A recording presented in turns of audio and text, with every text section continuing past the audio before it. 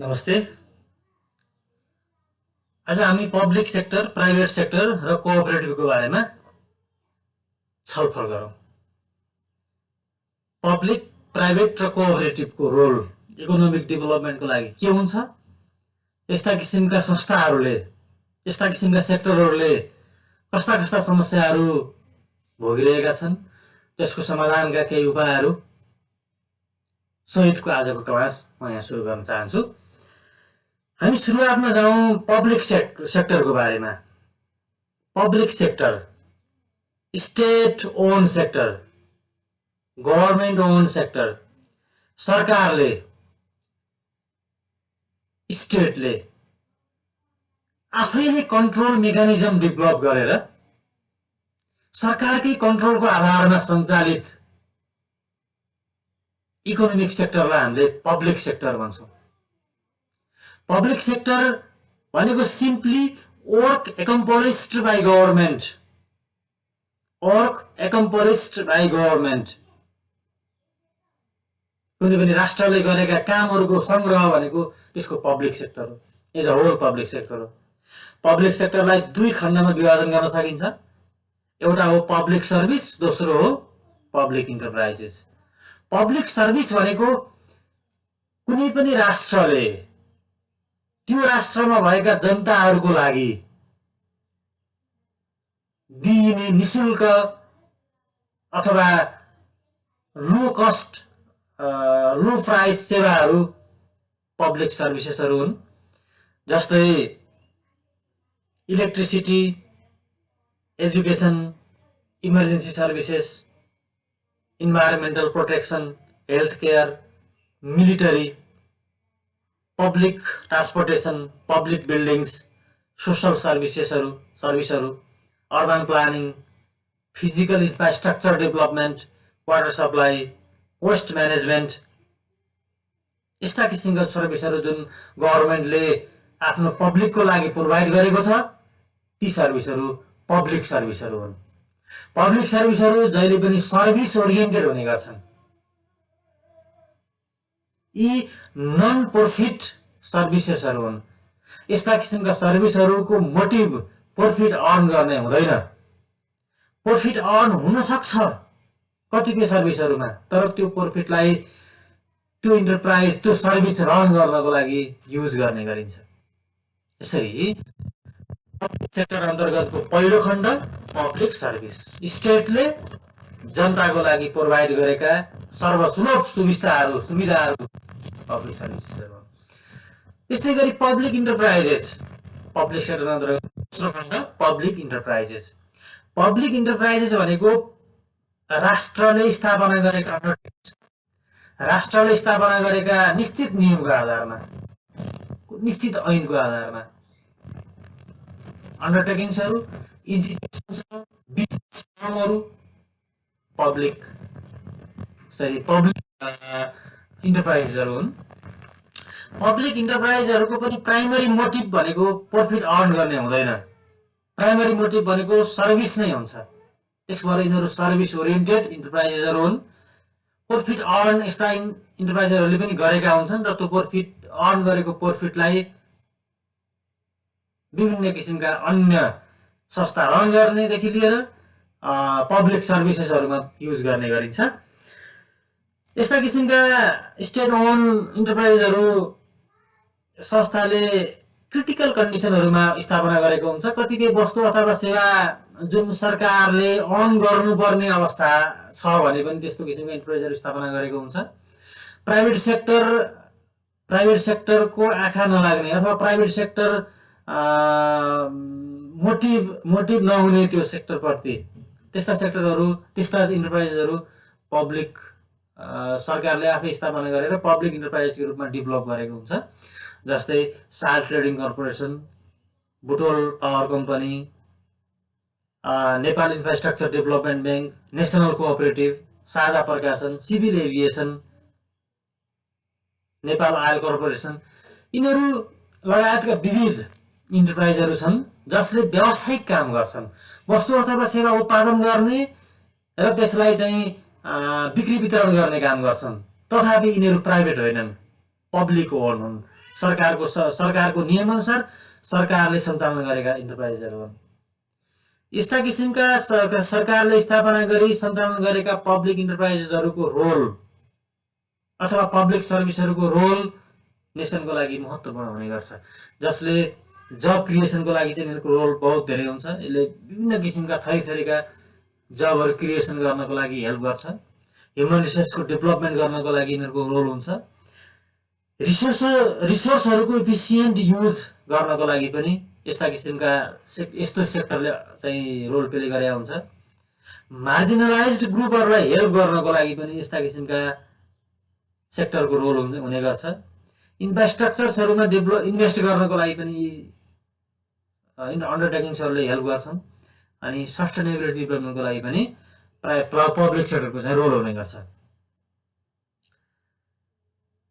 तथापि नेपालको पब्लिक सेक्टरले विभिन्न किसिमका प्रब्लम्सहरू फेस गरिरहेको छ। पोलिटिकल इनस्टेबिलिटी भनेको पहिलो प्रब्लम हो। पोलिटिकल इनस्टेबिलिटीले पब्लिक सेक्टर रन गर्ने व्यवस्थापकीय प्रणालीमा असर गर्छ। त्यसकारणले गर्दा यो प्रब्लम न्यूनीकरण गर्नको लागि बेलैमा सचेत हुनु जरुरी हुन्छ।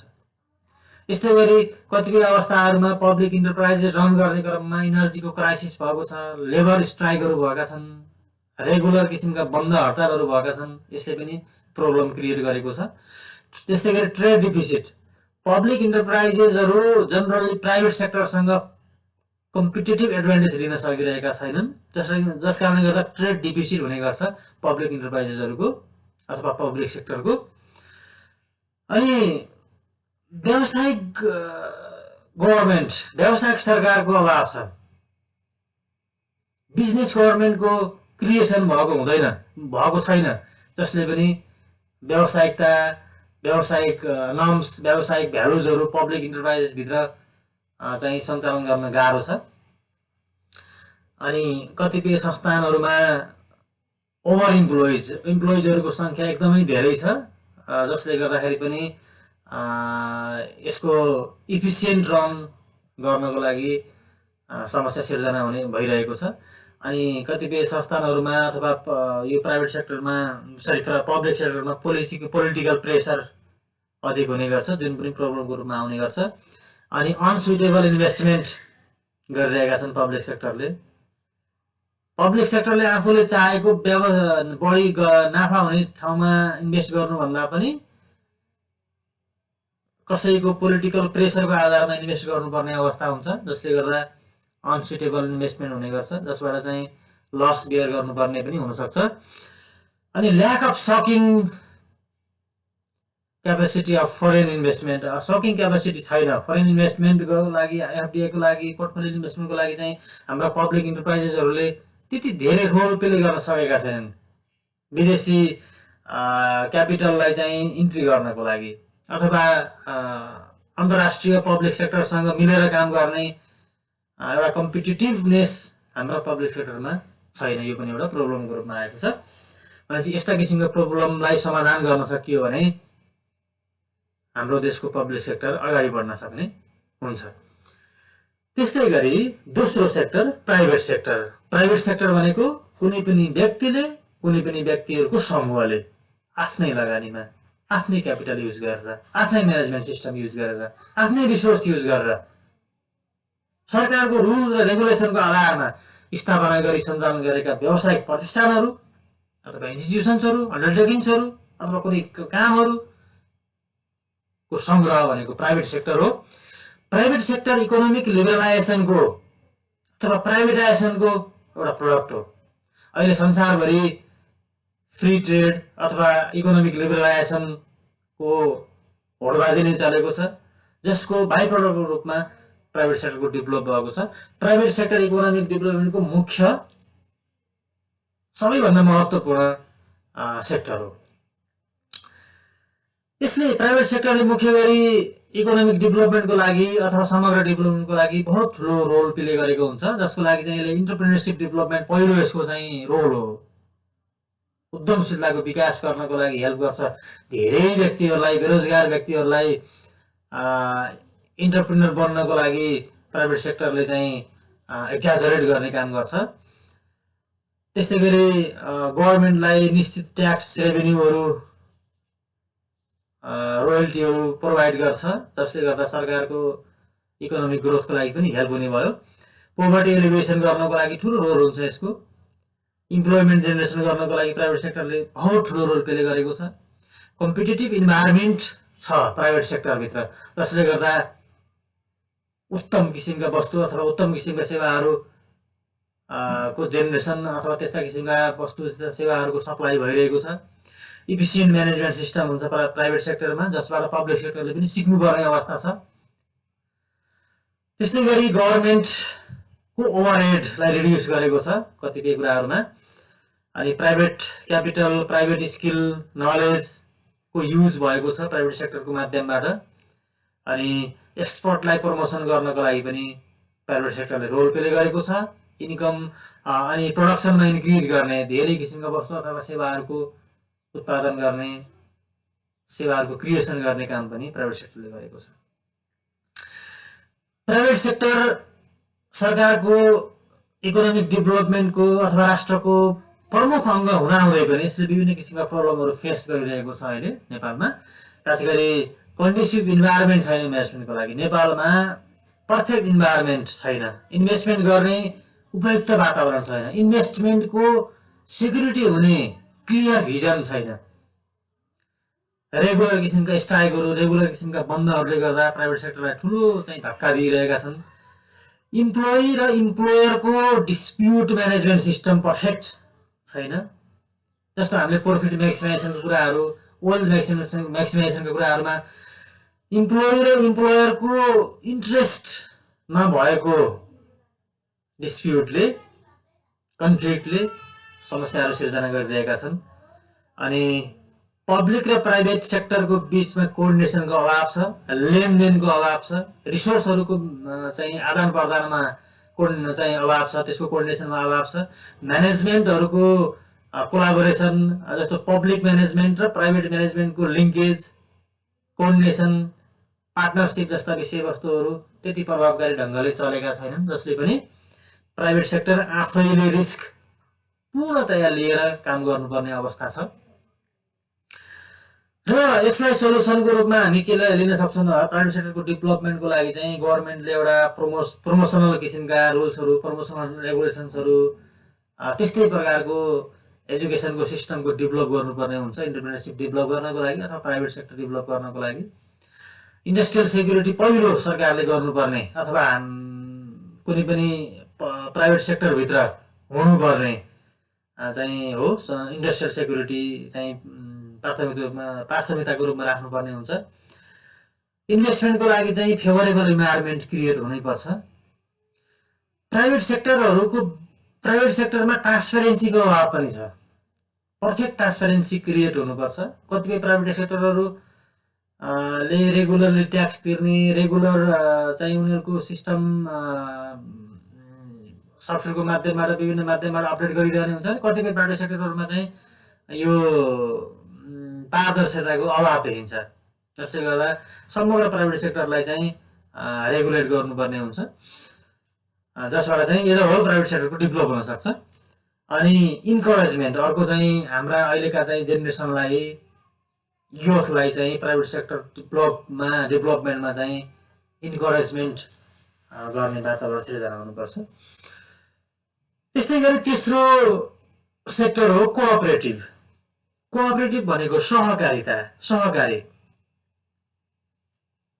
कोअपरेटिभ भनेका यस्ता किसिमका अन्डरटेकिङ्सहरू, यस्ता किसिमका इन्स्टिट्युसन्सहरू जुन म्युचुअल हेल्पको लागि क्रिएट गरिन्छन्, म्युचुअल हेल्पको लागि सिर्जना गरिन्छन्। कुनै पनि व्यक्तिहरूको समूहले म्युचुअल्ली फाइदा लिनको लागि अथवा दुःख पर्दा त्यसबाट समाधान लिनको लागि स्थापना गरेका इन्स्टिट्युसन्सहरू कोअपरेटिभ्सहरू हुन्। यसको मुख्य धारणा के हुन्छ भन्दा each for all and all for each. हरेक व्यक्तिको लागि हरेक समूह हुनुपर्छ र समूहको लागि त्यो व्यक्ति महत्त्वपूर्ण हो। भनेपछि समग्र मेम्बर्सहरू अथवा व्यक्तिहरूको समूह जसले म्युचुअल हेल्पको लागि कुनै काम गरेका छन्, एकले अर्कालाई सहयोग गर्ने हेतु कुनै किसिमको काम गरेको छ भने त्यो कोअपरेटिभ हो। कोअपरेटिभहरू पनि प्रफिट ओरिएन्टेड भन्दा पनि सर्भिस ओरिएन्टेड हुन्छन्। यिनीहरूले एफोर्डेबल गुड्स र सर्भिसहरू क्रिएट गर्ने र एफोर्डेबल गुड्स र सर्भिसहरू मेम्बर सामु वितरण गरी उनीहरूको जीवन निर्वाह गर्नको लागि हेल्प गर्ने यिनीहरूको मुख्य ध्येय हुन्छ। र यसको मुख्य ध्येय भनेको म्युचुअल हेल्प नै हो। यिनीहरूले प्रफिट ओरिएन्ट गर्ने भन्दा पनि यिनीहरूको चाहिँ रोल, यिनीहरूको चाहिँ उद्देश्य सेवा नै हुन्छ। मुख्य गरी कोअपरेटिभ्सहरूको रोल के हुन्छ भन्दा यिनीहरूको ओपन र इलेक्टिभ मेम्बरसिप हुन्छ, जसले गर्दा डेमोक्रेटिक सिस्टम डेभलप हुन्छ। कोअपरेटिभभित्र धेरैको सहभागिता हुन्छ, पार्टिसिपेसन धेरैको हुने भएकोबाट धेरैजना व्यक्तिहरू इकोनोमिक एक्टिभिटिजमा भाग लिन सक्छन्, धेरैले हेल्प लिन सक्छन्। अनि अपरेसनको लागि चाहिँ डेमोक्रेटिक सिस्टम फ्लो भएको हुन्छ। अनि एजुकेसन, ट्रेनिङ, इम्पावरमेन्ट का कुराहरू हुन्छन् कोअपरेटिभभित्र।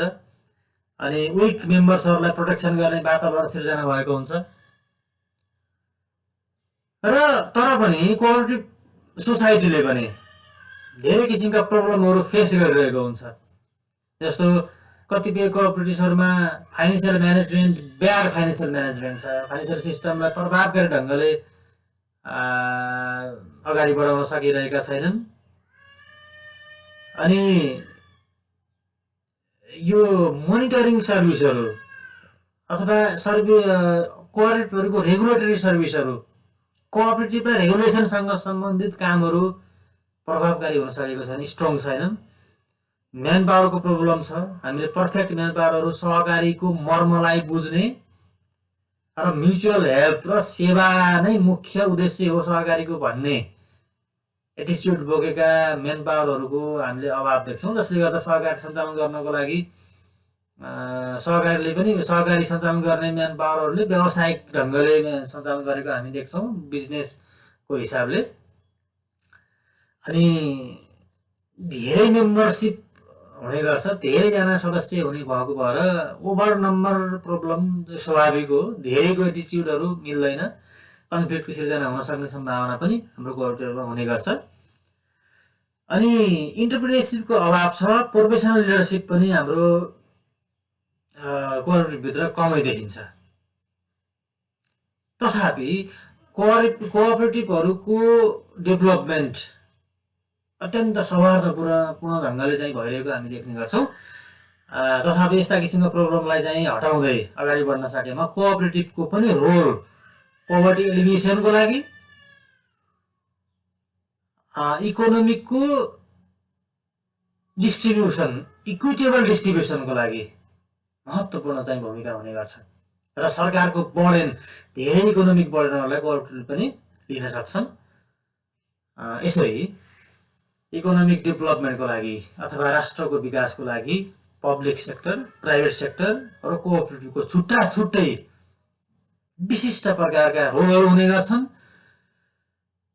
तथापि यिनीहरूको बिचमा कोअर्डिनेसन हुन सक्ने हो भने, पब्लिक सेक्टर, प्राइभेट सेक्टर र कोअपरेटिभको बिचमा कोलाबोरेटिभ वे सिर्जना हुन सक्ने हो भने म्यानेजमेन्टको एउटाको म्यानेजमेन्ट सिस्टमलाई अर्को म्यानेजमेन्ट सिस्टमले हायर गर्ने अथवा म्यानेजमेन्ट सिस्टमबाट कपी गर्ने, म्यानेजमेन्ट सिस्टमलाई चाहिँ अवलम्बन गर्ने एउटा चाहिँ सेक्टरको अर्को सेक्टरले हो भने इफिसियन्ट म्यानेजमेन्ट सिस्टमको डेभलप भएर समग्र इकोनोमिक डेभलपमेन्टको लागि चाहिँ महत्त्वपूर्ण रोल कसरी ढुङ्गा साबित हुन सक्छ भन्ने धारणा चाहिँ म यी कुराहरू यहीँ बन्द गरेँ। हस्, नमस्ते, थ्याङ्क यू।